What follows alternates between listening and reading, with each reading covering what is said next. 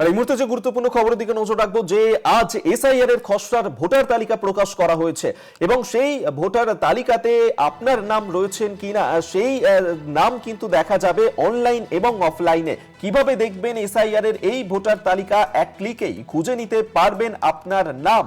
Enumeration form যদি জমা করে থাকেন তাহলে আপনার নাম থাকবে এই খসড়া তালিকাতে। আমরা সরাসরি এই নিয়েই কথা বলবো। এই মুহূর্তে নিউজ রুম থেকে আমাদের সঙ্গে সরাসরি রয়েছেন আমাদের সহকর্মী অঙ্কুর ভট্টাচার্য। অঙ্কুরদা, এসআইআর এর এই খসড়া তালিকা প্রকাশ করা হয়েছে, কিন্তু যেটা নিয়ে সবারই একটা উদ্বেগ ছিল এবং এই খসড়া তালিকাতে আমার নামটা রয়েছে কিনা, এই আমার নাম রয়েছে কিনা সেটা ঠিক দেখবো কিভাবে, খুঁজবো কিভাবে? অঙ্কুর, একেবারে দর্শকদের এই চিন্তাটা হওয়াটা খুব স্বাভাবিক, কারণ গত 4 নভেম্বর শুরু হয়েছিল, 4 ডিসেম্বর শেষ হওয়ার কথা ছিল, তারপরে আবার 7 দিন অতিরিক্ত সময় দেওয়া হয়।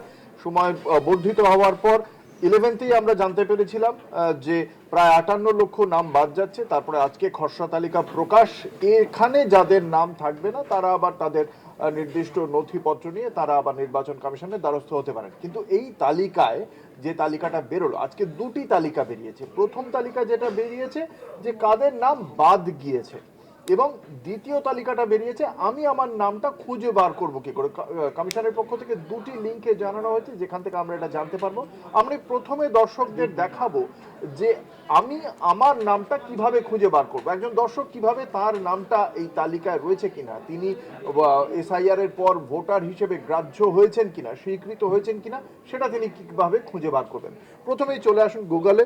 আপনারা যদি ইসিআই নেট অ্যাপ বার করে নিতে পারেন তাহলে সেখানেও অ্যাপের মাধ্যমে খুব সহজে দেখতে পারেন। এছাড়া মোবাইলে বা কম্পিউটারে আপনারা গুগলে চলে যান, গিয়ে সেখানে আপনারা লিখুন electoralsearch.eci.gov.in, electoralsearch.eci.gov.in। এটা মারলেই আপনারা দেখতে পাবেন এই লিঙ্কটা খুলে যাচ্ছে, এবং এখানে সরাসরি দেখতে পাচ্ছেন নিজের ভাষাও আপনি প্রয়োজনে পরিবর্তন করে নিতে পারেন। এখানে সিলেক্ট ল্যাঙ্গুয়েজ রয়েছে। আর এপিক নাম্বার, আপনি এপিক নাম্বারটা আপনার যেটা এতদিন যেখানে ভোট দিয়ে এসছেন সেই এপিক নাম্বারটা দিন। এখানে এপিক নাম্বারটা দিয়ে select your state, West Bengal যদি আপনি দেন তাহলে এখানে একটি ক্যাপচা দিতে হবে। সেই ক্যাপচা আপনি দিলেই আপনার যে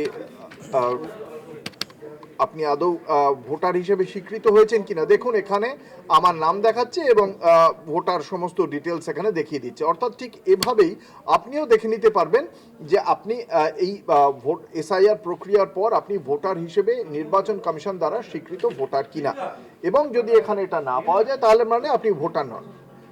এইটাই হচ্ছে গিয়ে প্রাথমিক বিষয়। এভাবেই খুঁজে পাওয়া যাবে অভিক যে একজন ব্যক্তি ঠিক কিভাবে নির্বাচন কমিশনের মাধ্যমে খুঁজে নিতে পারবেন যে তিনি ভোটার কিনা।